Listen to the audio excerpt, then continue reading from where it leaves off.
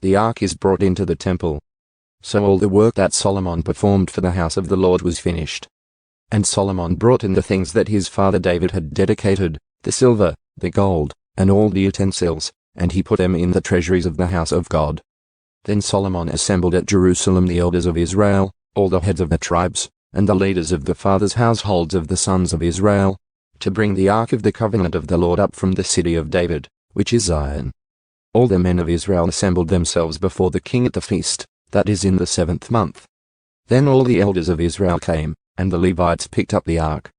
They brought up the ark, the tent of meeting, and all the holy utensils that were in the tent. The Levitical priests brought them up.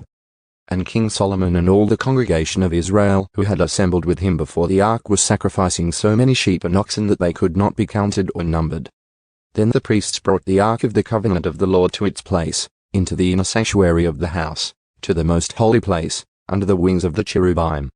For the cherubim spread their wings over the place of the ark, so that the cherubim made a covering over the ark and its poles.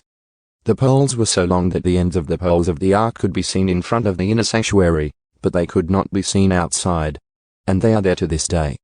There was nothing in the ark except the 2 tablets which Moses put there at Horeb, where the Lord made a covenant with the sons of Israel, when they came out of Egypt. The glory of God fills the temple. When the priests came out from the holy place, for all the priests who were present had sanctified themselves, without regard to divisions, and all the Levitical singers, Asaph, Heman, Jeduthun, and their sons and kinsmen, clothed in fine linen, with cymbals, harps, and lyres, standing east of the altar, and with them 120 priests blowing trumpets.